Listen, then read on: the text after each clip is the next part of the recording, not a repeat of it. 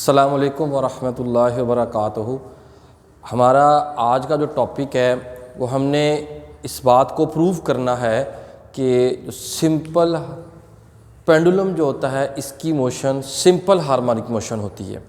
वैसे तो मैंने इस चैप्टर के स्टार्ट में जो इसका इंट्रोडक्टरी लेक्चर था उसके अंदर इस बात को प्रूव कर दिया था कि जो सिंपल पेंडुलम होता है ये भी सिंपल हार्मोनिक मोशन करता होता है। लेकिन यहाँ पर एक लॉन्ग क्वेश्चन के सेंस में कि जब आपके पास ये क्वेश्चन आएगा कि आप सिंपल पेंडुलम की मोशन को सिंपल हार्मोनिक मोशन प्रूव करें और साथ में इसकी एक दो करैक्टरिस्टिक्स लिखें, तो एक लॉन्ग क्वेश्चन के सेंस में आता होता है। तो इसलिए मैंने इसको दोबारा बताना मुनासिब समझा है। तो मैं इसको बता रहा हूँ किस तरीके से आपने इसको लॉन्ग क्वेश्चन के सेंस में लिखना है और इसकी डायग्राम को दोबारा एक्सप्लेन कर रहा हूँ, क्योंकि लोग इसके ऊपर दोबारा से क्वेश्चंस के लिए मुझे कह रहे हैं कि दोबारा क्वेश्चन किए हैं कि इसको रिपीट किया जाए, इसको दोबारा समझाया जाए, किस तरीके से आपने डायग्राम बनाई है, उसमें वेक्टर्स को कैसे रिजॉल्व किया है। तो थोड़ा सा एम्फिसाइज करेंगे, ज़्यादा जोर देंगे इस डायग्राम के ऊपर।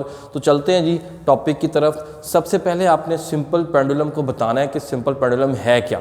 ये एक सिस्टम होता है जिसमें क्या होता है जी, simple pendulum consist of a small metallic bob. ये इसके अंदर एक बॉब लगाया जाता है जो मेटल का बॉब होता है और थोड़ा सा इसकी डेंसिटी ज़्यादा रखी जाती है, यानी ये डेंसर होता है, ज़रा भारी रखा जाता है। तो ये एक मेटेलिक बॉब है, सस्पेंडेड फ्रॉम, इसको लटकाया गया, सस्पेंड किया गया फ्रिक्शनलेस स्पोर्ट के साथ। ये जो स्पोर्ट है इस पे हम यहाँ पे फ्रिक्शन कंसिडर नहीं कर रहे। By a light and inextensible string, ये जो धागा है ये बड़ा हल्का सा और इनएक्सटेंसिबल होना चाहिए। इस सारे सिस्टम को हम बोलते हैं जिसमें बॉब, ये हम स्ट्रिंग हो जिसके हमने हैंग किया होता है स्पोर्ट, इस सारे का नाम क्या होता है, सिंपल पेंडुलम। ठीक है जी। इस सिंपल पेंडुलम की यहाँ से लेके यहाँ तक हम इसकी लेंथ ले रहे हैं, लेंथ ऑफ पेंडुलम, और इसका कोई ना कोई मैस है जिसको हम एम से रिप्रेजेंट कर रहे हैं कि इसके अंदर जो है जो मैस है उसको एम से रिप्रेजेंट किया जाएगा। अब इस मैस के ऊपर ग्रेविटेशनल पुल लग रही है जो क्या बना रही है, इसका वेट बना रही है जो हमेशा सेंटर टुवर्ड्स द अर्थ, यानी इसकी जो डायरेक्शन है वो towards the centre of the earth रहती है। तो ये इसकी डायरेक्शन मैंने क्या कर दी, डाउनवर्ड कर दी। अब जो है इसकी मोशन कैसी है, इस पेंडुलम की मोशन कैसी है, हम इसको एक्सटर्नल फोर्स लगाकर इसको इसके इस इक्विलिब्रियम पोजीशन से डिस्टर्ब करेंगे। जैसे ही सिस्टम को इसकी इक्विलिब्रियम पोजीशन से डिस्टर्ब किया जाता है तो क्या करेगा, एक रिस्टोरिंग फोर्स पैदा हो जाएगी। मैं इसको जब डिस्प्लेस करके यहाँ लाता हूँ, देखिएगा ज़रा, वेट की जो फोर्स है वो तो हमेशा towards the centre of the earth vertically downward होगी।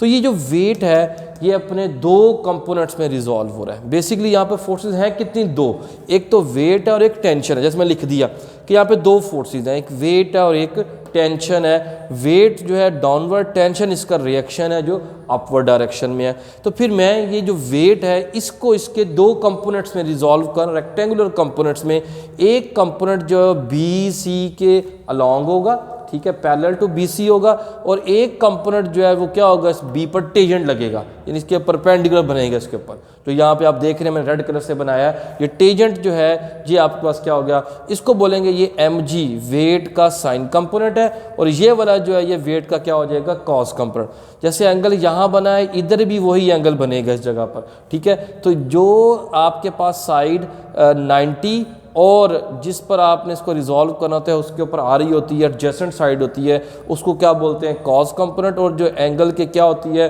बिल्कुल सामने साइड बन रही होती है, उसको क्या बोलते हैं, परपेंडिकुलर। तो ये परपेंडिकुलर कंपोनेंट है और ये क्या बन रहा है आपके पास, इसका पैरेलल कंपोनेंट बन रहा है। तो फिर ये बनेगा mg cos थीटा और ये बनेगा mg sin theta. mg cos theta इसके अंदर जो टेंशन आ रही है उसके साथ क्या हो जाएगा, बैलेंस हो जाएगा, कट जाएगा। इसका मतलब है ये दोनों फोर्सेस एक दूसरे को कैंसिल आउट कर रही हैं। तो इस सिस्टम पर इस वक्त जो इफेक्टिव फोर्स है वो सिर्फ ये वाली रेड कलर से जो मैंने शो किया जो है mg sin थीटा। और ये क्या कर रही है, हमारी एक्सटर्नल फोर्स की डायरेक्शन के ऑपोजिट, यानी सिस्टम को दोबारा अपनी मीन पोजीशन की तरफ ला रही है। तो इसका मतलब है इस फोर्स को हम लास्ट लेक्चर में पढ़ चुके हैं, ऐसी फोर्स को फिर क्या बोलते हैं हम, रिस्टोरिंग फोर्स। इसका मतलब है सिंपल पेंडुलम के अंदर mg sin थीटा फिर क्या होगी, इसकी रिस्टोरिंग फोर्स होगी। यहाँ से हम इसकी इक्वेशन ऑफ मोशन की तरफ चलेंगे कि इसकी मोशन की इक्वेशन कैसे बनेगी।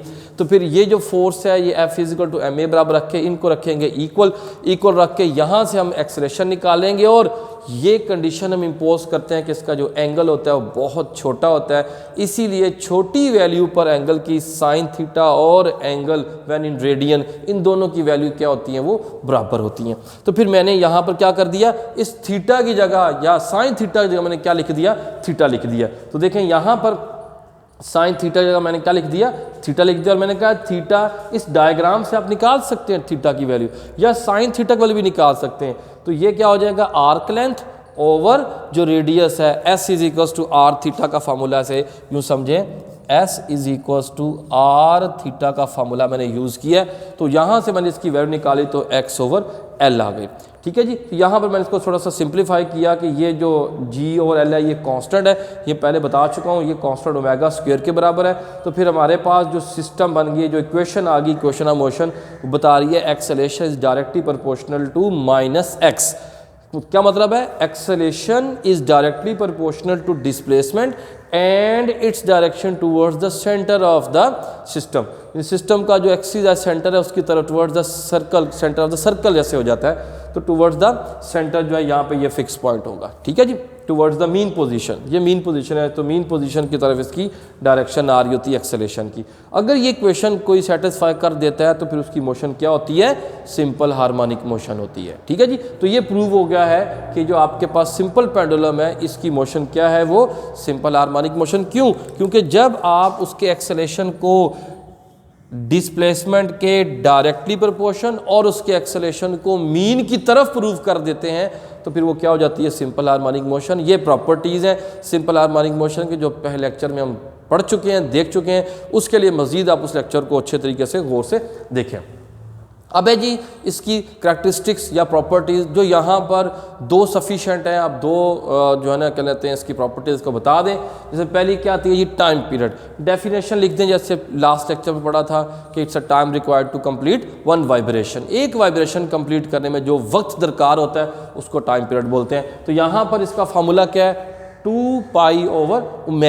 अब ये ओमेगा एंगुलर फ्रीक्वेंसी इसके कांस्टेंट से निकाल चुके थे जो किसके बराबर आ रही है, इसका जब अंडर रूट करेंगे हम, इसका अंडर रूट करेंगे क्या आ जाएगा, g/l अंडर रूट। तो यहाँ पे g/l अंडर रूट, इसको थोड़ा सा अरेंज किया तो ये टाइम पीरियड क्या बता रहा है, टाइम पीरियड लेंथ के अंडर रूट के डायरेक्ट प्रोपोर्शन है और टाइम पीरियड g के अंडर रूट के इनवर्स प्रोपोर्शन है। ठीक है जी। तो मतलब लेंथ इंक्रीज कर देंगे पेंडुलम की, टाइम पीरियड बढ़ जाएगा, लेंथ कम कर देंगे टाइम पीरियड कम हो जाएगा।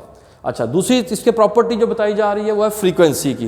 फ्रीक्वेंसी को हम पीछे पढ़ चुके हैं, डेफिनेशन लिखे हैं आप, रेसिप्रोकल ऑफ टाइम पीरियड या number of oscillations in a second. एक सेकंड में जितनी ऑसिलेशंस भी हो रही हो तो ये फ्रीक्वेंसी और टाइम पीरियड आपस में क्या होते हैं, वो रेसिप्रोकल होते हैं। तो टाइम पीरियड हम निकाल चुके हैं, ये टाइम पीरियड का फार्मूला है, इसको यहाँ पुट किया और थोड़ा सा अरेंज किया तो हमारे पास क्या आ गया, फ्रीक्वेंसी की का एक्सप्रेशन आ गया। ये था सिंपल पेंडुलम और उसकी मोशन को हमने सिंपल हार्मोनिक मोशन प्रूव किया है और उसमें दो प्रॉपर्टीज़ जो हैं, दो कैरेक्टरिस्टिक्स हैं उसको लिखा है। यहाँ तक जब आप लिखेंगे तो ये लॉन्ग क्वेश्चन के पॉइंट ऑफ व्यू से आपका क्वेश्चन जो है वो कंप्लीट हो जाएगा। थोड़ी सी थ्योरी आप इसकी में थोड़ी सी एक्सप्लेन करनी है।